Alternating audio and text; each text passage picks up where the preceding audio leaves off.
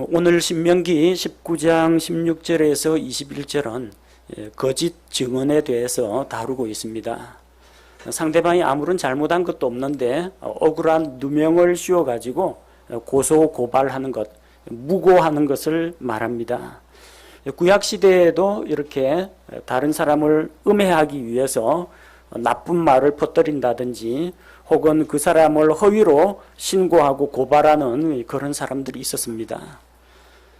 그리고 신약시대를 맞이한 지금도 우리 사회 곳곳에는 변함없이 이런 거짓 증언, 위증, 무고 이런 것들이 판을 치고 있습니다. 오늘은 우리 그리스도인들이 이런 무고에 대해서 어떠한 태도를 취해야 할 것인지, 우리가 이런 잘못과 오류에 빠지지 않으려면 어떻게 해야 할 것인지 함께 말씀을 통해서 나누고자 합니다. 하나님께서는 성경 말씀을 통해서 자기 백성에게 너희는 거짓말하지 말라, 거짓말하지 말라고 말씀하셨습니다. 십계명에도 기록되어 있습니다. 거짓말하지 말라. 왜? 하나님은 거룩하시고 진리의 하나님이시기 때문에 자기 백성들도 진실한 자가 되기를 원하십니다. 레위기 19장 11절에는 너희는 도둑질하지 말고 거짓으로 행하지 말며 서로 거짓말하지 말라고 했습니다. 거짓으로 행하지 말며 위선적인 행동을 하지 말고 서로 거짓말하지 말며 말로도 거짓을 행치 말라고 했습니다. 하나님은 진실하신 분입니다. 하나님의 백성은 하나님을 닮아야 합니다. 구원받은 하나님의 자녀들도 아버지 하나님을 닮아야 합니다. 진리의 하나님을 본받아서 우리도 거짓말하지 않는 사람, 진실한 사람이 되어야 합니다. 거짓말 가운데는 단순히 그냥 다른 사람을 좀 깜짝 놀라게 하고 당황하게 하는 그런 거짓말들이 있습니다. 알고 보면 이제 농담으로 한 말입니다. 너무 진지하게 들을 필요도 없고 그냥 상대방을 놀래키는 그것으로 끝나버립니다. 별 뒤끝도 남지 않고 어떤 인적 물적 피해가 발생하는 것도 아닙니다. 그냥 조금 기분 나쁘긴 하지만 그냥 가볍게 털고 넘어갈 수 있는 그런 수준의 거짓말도 있습니다. 근데 아예 작정을 하고 다른 사람을 곤경에 빠뜨리려고 남을 모함하는 거짓말도 있습니다. 잘못하면 한 개인의 신세를 망칠 수도 있습니다. 조심해야 됩니다. 또 이게 한 개인 차원이 아니라 어떤 한 지역 사회나 한 국가의 안전을 위협할 수도 있는 그런 거짓말들도 있습니다. 멀쩡한 비행기에 내가 폭탄 설치했다 그러고 청와대 폭파시키겠다 그러고 그럴 능력도 없으면서 폭발물이 있다, 독극물이 있다 이런 식으로 장난 전화하는 사람들이 있습니다. 이것 역시 법으로 엄중하게 처벌을 해야 됩니다. 거짓말하는 그것 때문에 국가 공권력이 마비가 되거나 정상적인 곳에 이제 쏟아야 할 그런 힘들이 낭비가 되는 경우가 있습니다. 119 허위 신고로 출동해가지고 그 가 있는 동안에 다른 곳에서는 정말 구조 요청을 기다리고 있는 사람이 죽어가고 있는 수도 있습니다. 개인적인 차원에서나 국가적인 차원에서나 이런 거짓말, 위증, 무고 이런 것들은 좀 엄격하게 다루어야 됩니다. 최근 들어서 우리 사회에는 이런 거짓말들이 넘쳐나고 있습니다. 옛날에는 이 사람들 가운데 마이크 잡은 사람이 별로 없습니다. 기껏해야 동네방네 떠들고 다니는 목소리 큰 사람들이 다였고 소문내봤자 그 동네 안에서만 퍼집니다. 근데 시대가 바뀌었어요. 정보화 시대가 되었습니다. 정보통신기기를 통해 가지고 이제는 신문에다가 투고를 하거나 방송사에 제보를 하거나 구청에 민원을 제기하거나 그러지 않더라도 자기 목소리를 낼 수 있는 시대가 되었습니다. 개인 홈페이지, 개인 블로그, 트위터, 페이스북 여러 가지 수단들이 있습니다. 그래서 거기에 올리면 어떻게 됩니까?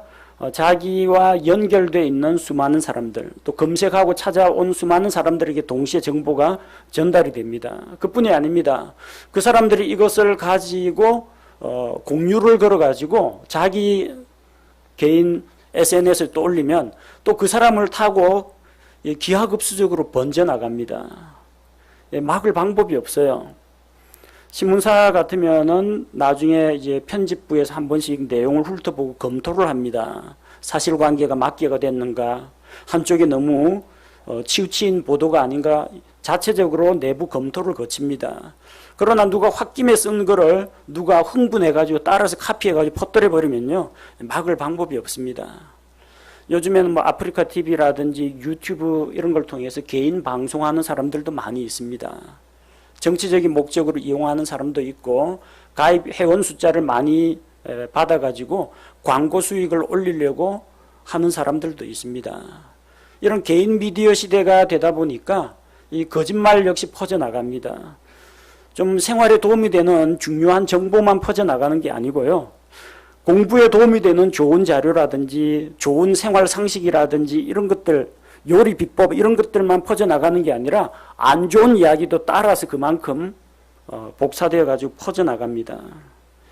정치권에는 예나 지금이나 가짜 뉴스들이 넘쳐납니다.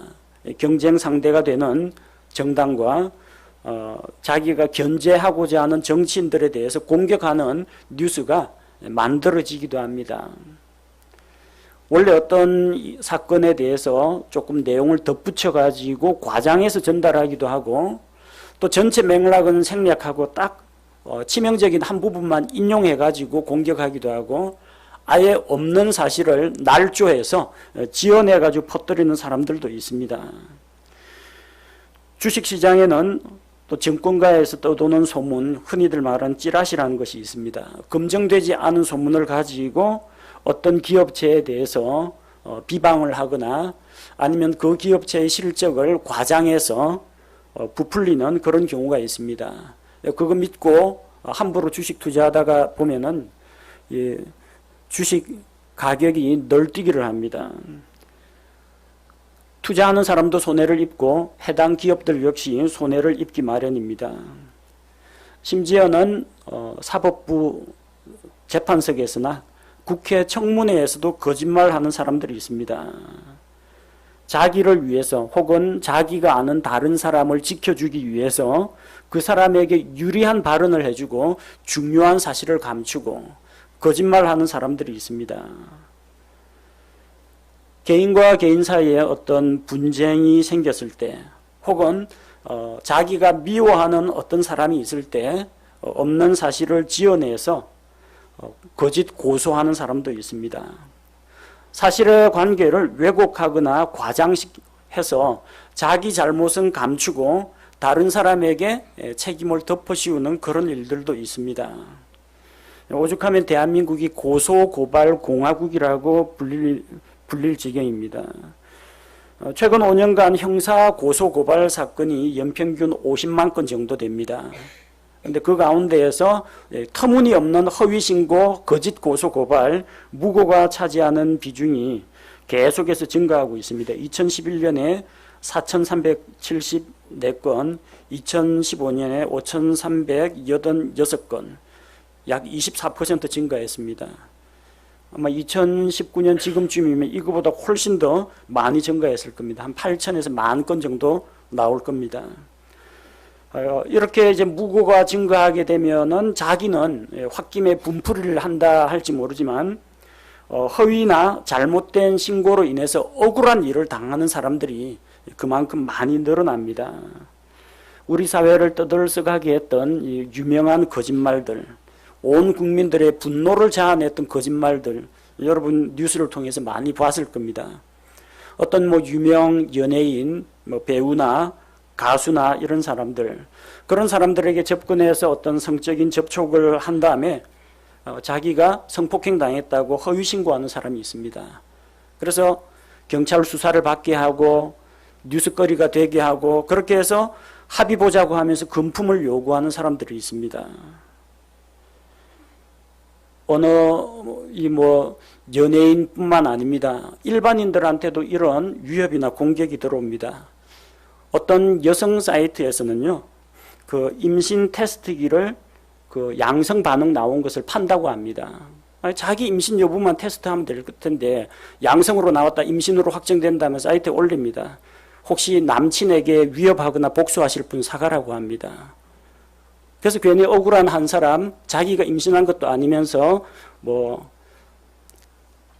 결혼하자고 상대방에게 협박을 하거나 아니면은 뭐 수술 비용을 대라든지 해서 금품을 뜯어내는 사람들이 있다고 합니다. 물론 이제 그런 여성과 사귀고 관계를 맺는 사람도 잘못인데 또 그걸 허위로 고소해가지고 상대방을 위협하는 이런 것들도 잘못된 일입니다.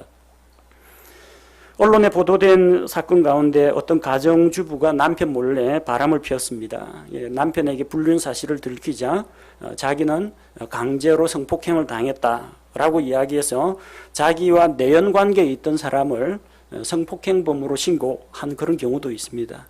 자기가 살겠다고 자기와 관계를 맺은 그 사람을 죄인으로 만드는 그런 경우도 있습니다.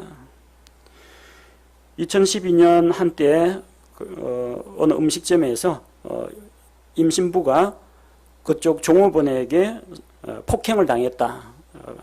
배가 상당히 부른 상태였는데 발길로 걷어찼다라고 누가 올려가지고 뉴스거리가 되고 그 다음에 경찰 수사가 들어오고 언론에 보도가 되고 전 국민이 난리를 친 적이 있습니다. 근데 다툼이 있었던 건 사실인데 임신부 배를 찬 사실은 없었다는 게 나중에 CCTV 분석 결과 밝혀졌습니다. 근데 그 식당은 문을 닫았습니다. 본점에서 그 지점을 폐쇄시켰습니다. 이미지 관리를 위해 가지고. 자, 그런데 그 종업원은 이제 억울하게 됐죠. 사회적으로 자기는 한 적도 없는데 손님에게 불친절하게 대했다. 손님을 폭행했다. 그것도 아이를 가진 임신부를 배를 걷어찼다라는 억울한 누명을 썼는데 지나고 나면 사람들은 다 잊어버립니다. 피해는 고스란히 남습니다.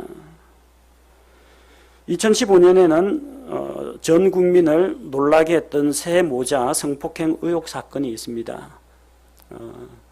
저는 더러운 여자입니다. 그래도 엄마입니다 하면서 구구절절 억울한 사연을 올려놨는데 이것 때문에 사람들이 분노하고 그 다음에 또 그 사람들을 도와주자고 카페도 만들고 후원금도 모금하고 그리고 유튜브에 올라온 동영상을 여기저기 막 퍼나르고 또 한동안 소동이 일어났습니다. 나중에 조사해 보니까 다 사실무근이고 그 여자가 어떤 무속인의 사주를 받아가지고 거짓말을 한 것이라는 게 밝혀졌습니다. 함께 분노하고 욕하고 하던 댓글 단 사람들 입 딱 다물고 어디로 갔는지 없어졌어요. 또 그 피해자들을 후원한다고 후원금 모으고 카페 열었던 사람들 카페를 다 폐쇄하고 어디론가 잠적해버렸습니다. 다른 사람 비난할 때는 목소리를 내고 억울한 일을 당한 사람에 대해서는 자기 책임을 회피하는 겁니다. 2017년에는 240번 버스 사건 아시죠? 엄마가 딴짓하고 있다가 자기 아이가 버스에서 내리는 것도 몰랐는데 아이만 내리고 엄마는 깜빡 잊고 못 내렸습니다. 근데 보니까 자기 아이가 내리고 없어요. 차 세워달라고 하는데 도로 한가운데 차를 세울 수가 없어서 이제 한 정거장 더 가게 됩니다. 아이를 돌보지 못한 자기 책임은 생각지도 않고 버스 기사가 자기 못 내리게 했다. 아이만 내리게 했다. 그렇게 해서 또 이걸 또 SNS에 올려가지고 억울한 이제 버스 기사만 사회적인 지탄을 받고 상당한 어려움을 겪었습니다. 나중에 CCTV 분석해 보니까 최초로 그거 목격했다는 사람이나 최초로 증언했던 사람들 다 거짓말한 것을 알게 되었지만 이미 피해를 입은 사람을 다시 회복시킬 방법은 없었습니다. 왜 이런 일들이 자꾸 일어납니까? 우리 사회에. 거짓말하고 나서 숨어버리기 때문입니다. 거짓말해도 벌을 받지 않기 때문입니다. 나중에 거짓으로 밝혀져도 피해자의 피해에 대해서 잃어버린 명예, 잃어버린 시간, 잃어버린 재산, 재판 비용, 그리고 직장에서 심지어 쫓겨나기도 했는데 아무도 그걸 회복시켜 주질 않습니다. 보상을 해주지 않습니다.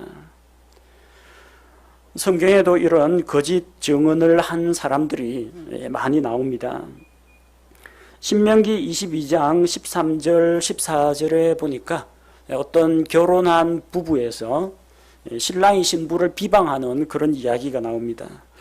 어떤 사람이 아내를 취하고 그녀에게 들어간 뒤에 그녀를 미워하여 그녀를 비방하는 말을 만들고 그녀에게 누명을 씌워 이르되 내가 이 여자를 취하고 그녀에게 들어갔을 때에 그녀가 처녀임을 보지 못하였노라 하면, 참 기가 막힐 노릇이죠.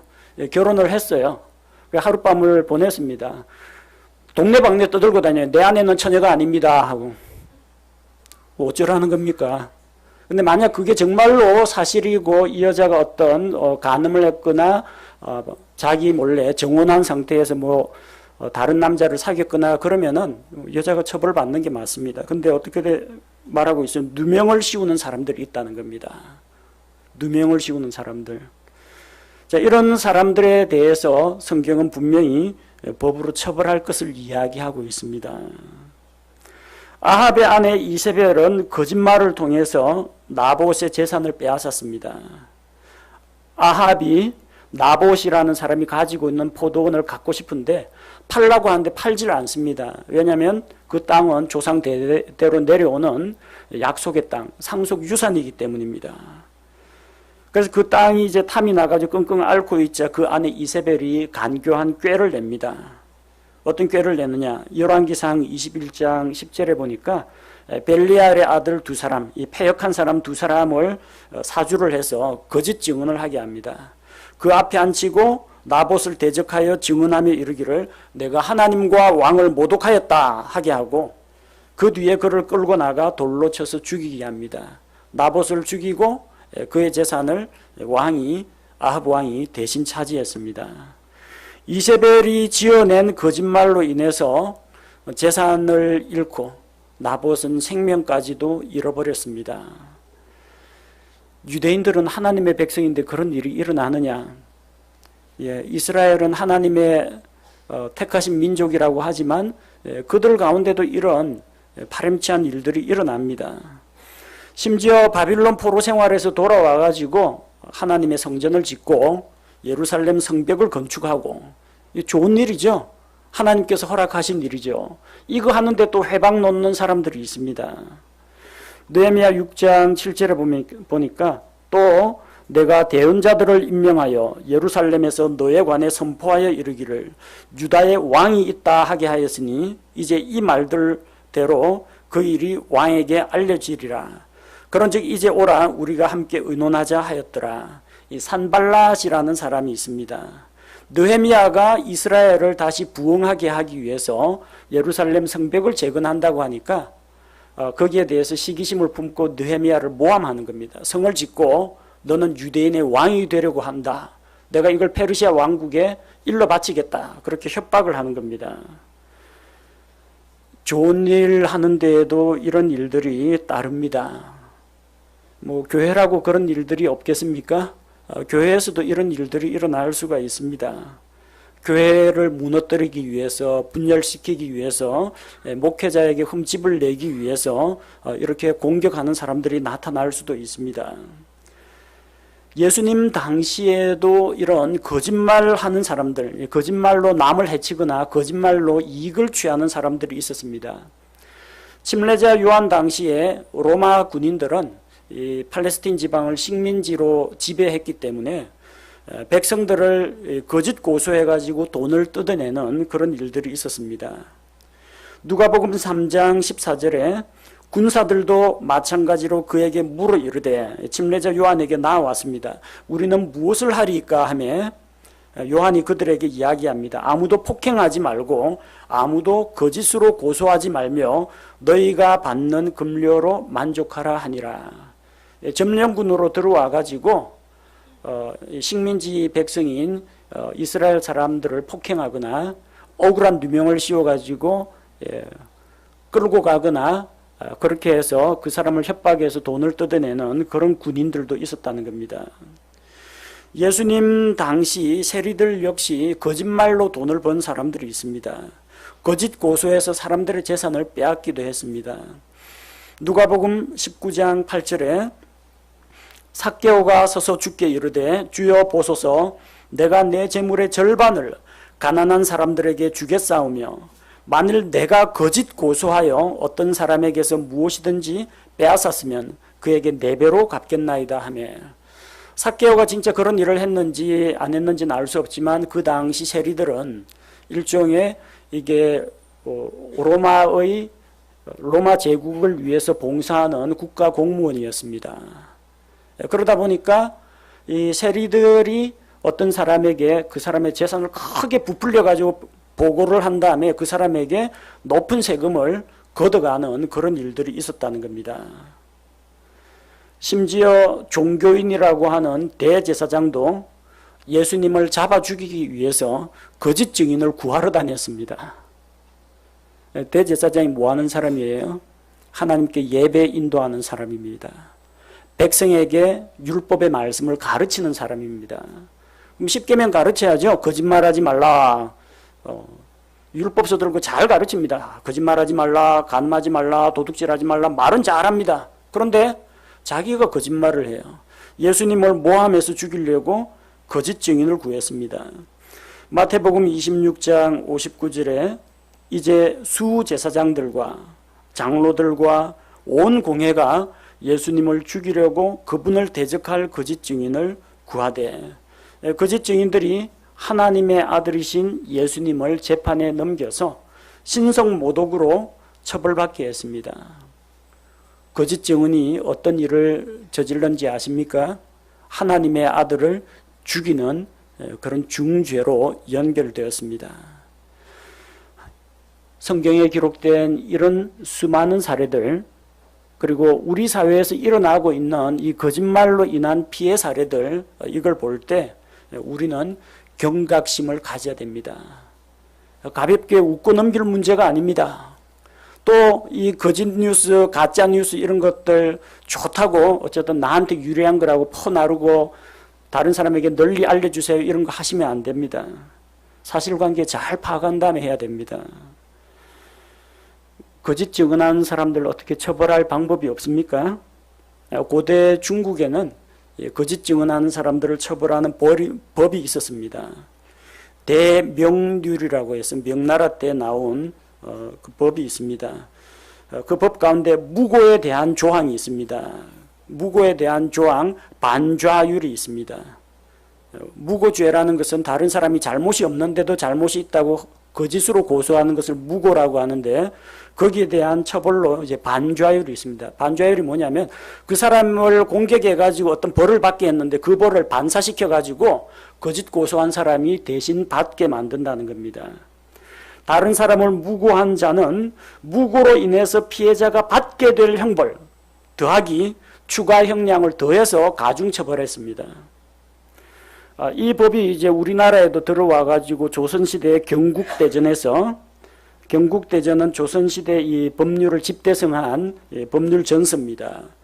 그 중에서 이제 형전이 있습니다. 형법에 대한 거, 형사법에 대한 건데 그 추단조의 반좌에 대한 법률이 있습니다. 뭐라고 되어 있느냐면 다른 사람을 무고한 사람은 도리어 반좌, 즉 고발된 그 죄에 대한 형벌을 무고한 사람, 거짓으로 고소한 사람이 받도록 했고, 거짓으로 말을 꾸며내어서 법 질서를 어지럽히고 관가를 기만한 죄까지 물어서 처벌했습니다. 공무집행 방해죄로 가중처벌했다는 이야기입니다.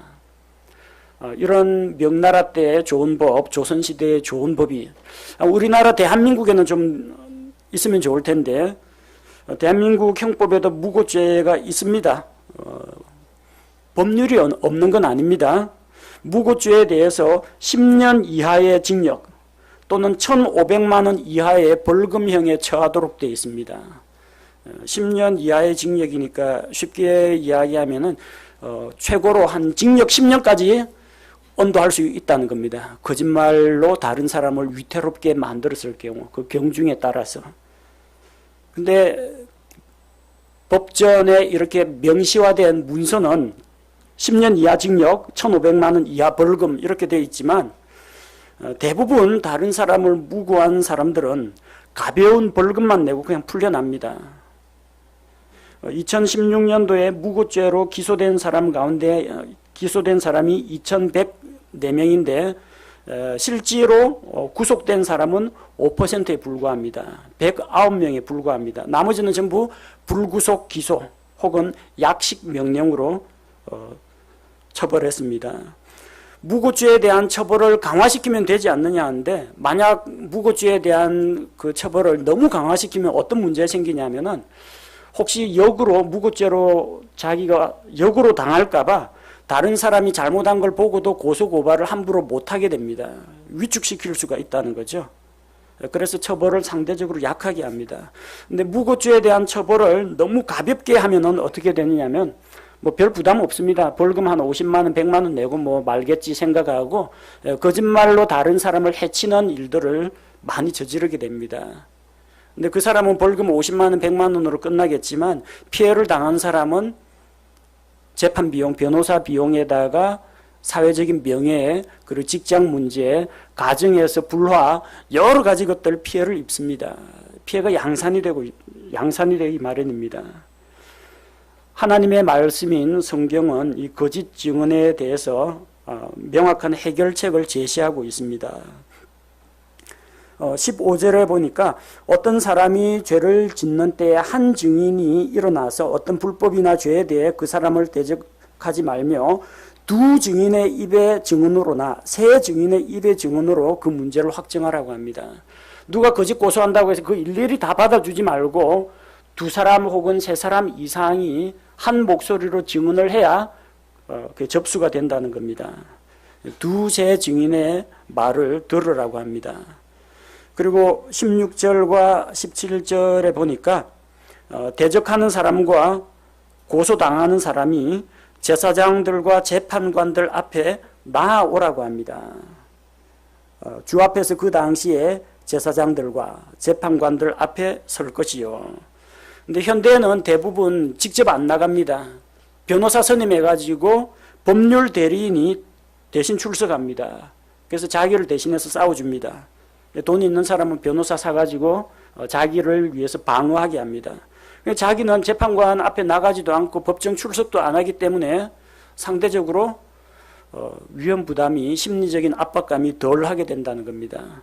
또 출석한다 하더라도 법률 전문가를 자기 옆에 변호인 데리고 있기 때문에 발언하라고 하면 자기가 말 안 하고 변호인이 대신 이야기해 줍니다. 그러니까 책임감이나 부담감이 상당히 줄어든다는 겁니다. 구약시대에는 제사장들과 재판관들 앞에 직접 서야 됐습니다. 그래서 그 앞에서 자기가 떳떳하게 당당하게 말할 수 있어야 됐습니다. 정말 그게 사실이라면. 18절에 보니까 어떤 고소고발 건이 들어왔을 경우에는 재판관들이 부지런히 조사하라고 했습니다. 자세히 조사해야 했습니다. 오늘날과 같이 수사기법이 그렇게 발달되지 않은 그런 시대에도 사건 관계를 잘 조사하고 목격자 진술도 듣고 증거 수집도 하고 초동 수사를 철저히 하도록 했습니다. 초동 수사 소홀히 하거나 증거 수집을 하지 않거나 상대방이 증거를 없애버릴 시간을 주면은 안 됩니다. 그래서 이 경찰 업무가 그래서 중요한 겁니다. 피해 당했다는 사람 말만 믿지 말고 상대방 말도 귀를 기울여서 들어줘야 됩니다. 근데 대한민국의 법 체계는 좀 상당히 좀 감정과 정서에 호소하는 그런 부분이 있어서 사회적인 약자라고 생각되는 여성이나 뭐 노인이나 어린아이 이런 사람들이 피해를 입었다고 하면 동정심에라도 일단 그쪽 말을 좀 많이 들어줍니다. 이게 유죄인지 무죄인지 판단할 만한 객관적인 증거가 없어도 피해자 목소리가 그 증거다. 피해자가 일부러 이렇게까지 이야기할 리가 없다. 여러 번 물어봤는데 진술이 일관성이 있다. 그런 것을 이제 판결을 내리는데 결정적인 자료로 씁니다. 참고해야죠. 진술이 뭐 번복되지 않고 이 말을 저 말 헷갈리지 않고 똑똑하게 진술을 했다. 그거는 이제 참고사항이지. 그럼 아무나 가서 저 사람이 나한테 이런 잘못을 했습니다. 외워가지고 정확하게 매번 물어볼 때마다 기계적으로 정확하게 이야기하면 그 사람이 유죄가 됩니까? 그런 식으로 재판을 해서는 안 된다는 겁니다. 그래서 이런 재판관들, 법관들의 역할이 상당히 중요합니다. 그리고 만약에 객관적인 검증과 조사 결과 대적하는 사람이 상대방을 해치기 위해서 거짓말을 했다라는 것이 밝혀지면 어떻게 하느냐. 19절에 보니까 너희는 그가 자기 형제에게 행하려고 생각한 대로 그에게 행하여 이로써 너는 너희 가운데서 악을 제거하라고 했습니다. 어떻게 하면 이런 악을 근절시킬 수가 있을까? 그 방법이 21절에 나와 있습니다. 내 눈이 불쌍히 보지 말라. 오직 생명은 생명으로, 눈은 눈으로, 이는 이로, 손은 손으로, 발은 발로 갚으라고 했습니다. 잔인하게 보입니까? 동형복수법이라고 합니다. 저 고대 함무라비 법전에도 나오는 내용입니다. 누가 자기 친척의 생명을 빼앗거든 그 죽임당한 사람의 친척이 가해자를 죽일 수 있는 권리가 있었습니다. 누가 내 눈을 고의로 상하게 만들면 나도 재판관 앞에 데려가서 그 사람 눈을 뽑을 수 있다는 이야기입니다. 잔인하게 보인다고 하시는 분이 있는데 왜 이렇게 했느냐면요. 이게 똑같이 그대로 안갚음을 해줘라 그런 의미로 이해하시면 안 됩니다. 눈은 눈으로, 이는 이로, 손은 손으로, 발은 발로 딱 그 정도까지만 하라는 겁니다. 왜냐하면 우리나라 사람들은요. 뺨 맞으면 주먹 나갑니다. 이쪽에서 주먹으로 때리면 칼 나갑니다. 그렇기 때문에 자기가 당한 것 이상으로 과도하게 복수하지 말라 그런 이야기입니다. 눈 다치게 했으니까 나도 네 눈으로 꼭 뽑아야 되겠다 이렇게 안갚음하라는 이야기가 아니라 자기가 피해 당한 것보다 과도하게 다른 사람에게 복수하지 말라는 이야기입니다. 그리고 이 말씀이 가해자나 피해자 모두에게 선포가 되었습니다. 그래서 내가 저 사람을 때려가지고 눈을 멀게 하면은 내 눈을 뽑힐 각오를 해야 됩니다. 사전에 그만큼 경각심을 가지고 행동을 조심하게 된다는 겁니다. 내가 칼부림 해가지고 다른 사람 찌르면 나도 똑같은 방법으로 보복을 당한다. 재판관 앞에서. 그걸 염두에 두라는 겁니다. 네 몸 소중한 줄 알고 네 생명 소중한 줄 알거든 다른 사람의 생명과 건강도 다른 사람의 가족도 소중한 줄 알라는 이야기입니다. 그게 동형복수법의 본래 의미입니다. 그래서 다른 사람을 예컨대 살인자라는 누명을 씌워서 거짓 고발하면 성경에 보니까 살인자에 대한 처벌은 사형으로 나와 있습니다. 근데 그게 거짓 고발이었다. 그러면은 거짓 고발한 그 사람을 이 피해자가 억울하게 사형당할 뻔했잖아요. 그 사형을 거짓 고소한 사람을 사형에 처하라는 이야기입니다. 다른 사람을 도둑이라고 모함한 자에게는 그 모함한 사람이 만약에 거짓말한 게 발견되거든 그에게 절도죄의 형벌을 허위 신고한 사람에게 내리라는 겁니다. 예를 들어서 우리나라에서 성폭행을 당했다고 이제 거짓말하는 어떤 사람이 있으면 성폭행의 범죄 형량을 고스란히 거짓말로 무고한 사람에게 돌려주라는 이야기입니다. 그게 동형복수법입니다. 이렇게 하면 어떤 일이 일어나느냐. 20절에 나온 것처럼 그리하면 남은 자들이 듣고 두려워하여 그 뒤로는 너희 가운데서 다시는 그런 악을 행하지 아니할 것이라고 했습니다. 효과가 있다는 이야기입니다. 첫 번째는 19절에 나오는 것처럼 너희 가운데 악을 제거할지니라. 잘못을 저지른 사람을 처벌함으로 말미암아 공의를 세울 수가 있습니다. 법을 지킬 수가 있습니다. 죄 지은 사람을 처벌하는 효과가 있습니다. 20절은 예방 효과가 있다는 겁니다. 위증했다가 다른 사람을 무고했다가 그 사람이 받게 될 그 형벌을 무고한 사람이 대신 받게 된다. 그러면은 함부로 무고하는 사람은 없어진다는 겁니다. 처벌하는 효과도 있고 예방하는 효과도 있으니까 신명기 율법에서는 무고하는 자, 거짓 증언하는 자, 위증하는 자, 헛소문 퍼뜨리는 자, 가짜뉴스 만드는 자를 이렇게 처벌하라고 합니다. 만약 우리나라 법원에서 재판관들이 좀 정신 차리고 다른 사람을 무고하는 자를 엄하게 처벌하면 사람들이 두려워하여 다시는 남을 음해하거나 무고하는 일을 하지 않게 됩니다. 가볍게 그냥 벌금 50만 원, 100만 원 하면은 처벌 효과가 없습니다. 다음에 또 합니다. 내가 무고해가지고 다른 사람을 망신 주고 그 사람을 직장에서 쫓겨나게 만들고 내가 분풀이를 할 수 있다면 까짓 50만 원 쓰겠다 그런 사람도 있습니다. 그렇게 돼서는 안 되죠. 악을 행한 자를 신속 단호하게 처벌하지 않으면 사람들이 죄 짓는 일에 담대해집니다. 전도서 8장 11절에 보니까 악한 일에 대한 판결이 신속히 집행되지 아니하므로 그런 까닭에 사람들의 아들들의 마음이 악을 행하려고 그들의 속에서 완전히 고정되었도다. 죄를 지어도 처벌을 받지 않는다. 죄를 지어도 전관 예우 좀 비싼 변호사 사서 자기를 위해 방어하게 하면은 살 수가 있다. 돈 있는 사람은 죄가 있어도 풀려나고 돈 없는 사람은 억울하게 죄를 뒤집어 쓰고 가해자하고 피해자가 바뀌고 있다. 이래 되면 사람들이 누가 법을 믿겠습니까? 누가 정의의 힘을 믿겠습니까? 이 사람들로 하여금 경각심을 불러일으키고 사람들로 하여금 죄를 짓지 않도록 하려면 법을 엄격하게 지키는 것이 필요하다는 겁니다. 하나님의 백성 이스라엘 안에서 이런 일들이 구약시대에 많이 일어났습니다. 대언자들 중에도 뭐 거짓 대언자가 나타나가지고 거짓 소문을 퍼뜨리는 그런 일들도 일어나고 제사장들이나 지도자들도 이런 죄를 범했는데 일반 백성이야 오죽하겠습니까? 여러분 구원받은 우리 그리스도인들, 우리 구원받은 성도들 거짓 증언에 대해서 경각심을 가져야 됩니다. 다른 사람을 거짓으로 고소하는 것은 거짓말이요. 진리의 하나님을 대적하는 죄입니다. 다른 사람을 모함하는 것은 남을 미워하는 마음에서 나온 것으로 사랑의 하나님을 대적하는 것입니다. 하나님의 거룩하신 성품을 대적하는 죄라는 겁니다. 무엇보다 우리 성도들은 거짓말을 지어내서 다른 사람을 해치는 일이 없어야 되겠습니다.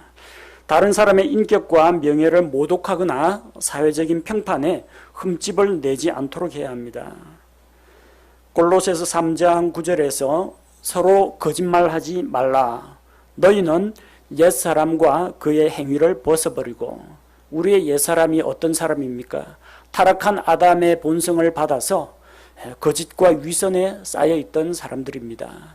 거짓의 아비인 마귀를 따르던 그런 생활이었습니다. 그런데 이제 바뀌었습니다. 주인이 바뀌었습니다. 우리의 주인은 예수 그리스도십니다. 우리의 주인은 하나님이십니다. 진리의 하나님을 우리가 주님, 주 하나님 이렇게 믿고 고백한다면은 하나님의 성품을 따라야지 거짓말하는 마귀의 성품을 따라가서는 안 됩니다.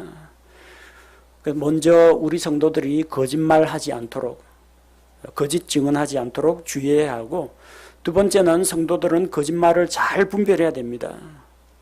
사람들은 거짓말 가운데에서도 자기가 기대하던 내용은 잘 믿습니다. 자기와 같은 입장의 거짓말은 잘 믿습니다. 무슨 말이냐면요, 여당은 여당에게 유리한 가짜뉴스는 거짓말이라도 잘 받아들입니다. 야당은 그게 가짜라고 할지라도 정치적으로 자기에게 유리하다, 야당에게 유리하다 싶으면 그 거짓말을 잘 받아들입니다. 그래서 그걸 또 퍼뜨립니다. 근거가 어디 있느냐, 인터넷에 올라왔더라. 나중에 가짜뉴스로 밝혀지거든요.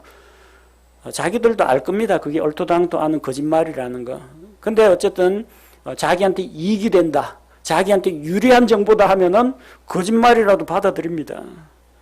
또 사람들은 감정적으로 좀 냉철해야 되는데, 그래서 가슴은 뜨겁고 머리는 차갑게 냉철한 이성으로 접근해야 되는데 가슴은 차디차게 식어버렸고 머리는 열이 팍 올라가지고 흥분해가지고 어쨌든 좀 뭡니까, 천인공노할 반인륜적인 전국민적인 공감을 불러일으킬 만한 그런 사건이다 하면 앞뒤 가리지 않고 흥분해가지고 따라서 욕합니다. 밑에 댓글 쫙, 악성 댓글 쫙 달립니다. 대부분의 거짓말이 바로 이 사람들의 분노를 자극하는 그런 내용들입니다. 여러분 너무 흥분하면 안 됩니다.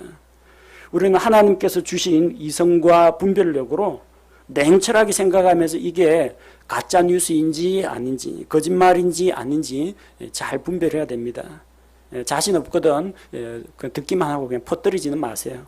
반응을 보이지 마세요. 우리 사회에서 유명 정치인들, 연예인들에 대한 공격이 쉽게 잘 먹힙니다. 대중의 인기와 또 대중의 존경을 먹고 사는 사람들이기 때문에 이런 사람들을 공격하면 치명적인 타격을 입힐 수가 있습니다. 나중에 거짓말로 밝혀지더라도 손상된 이미지가 쉽게 회복되지가 않습니다. 사람들 가운데서는 그냥 자기가 당한 일을 자기의 주관적인 관점에서 써서 억울합니다, 도와주세요, 이거를 널리 퍼뜨려 주세요, 감정에 호소한 사람들이 많습니다. 그러면 또 마치 또 열혈전사가 된 것처럼 가짜뉴스 거짓 증인들을 수집해가지고 뭐 단체 카톡방에도 올리고 자기 뭐 동창회, 자기 가입해 있는 카페 이런 저런 곳에 퍼뜨리는 사람들이 있습니다. 뭐 얼마나 많습니까? 블로그, 페이스북, 트위터, 카페 이런 것들을 통해서 다 퍼뜨리고 다 일제히 흥분해가 따라서 욕을 합니다. 그 분위기에서 좀 냉철하게 생각합시다. 아니면 혹시 가짜일지도 모릅니다. 말 꺼냈다가는 그 사람도 똑같은 가해자와 같은 편이라고 또 공격을 당합니다. 그러다가 나중에 거짓으로 밝혀지면 전부 다 침묵하고 전부 다 숨어버립니다. 우리 교회 안에서는 이런 일이 일어나서는 안 됩니다. 이야기할 때 좀 건전하고 좋은 선한 감정들이 많이 오갔으면 좋겠습니다.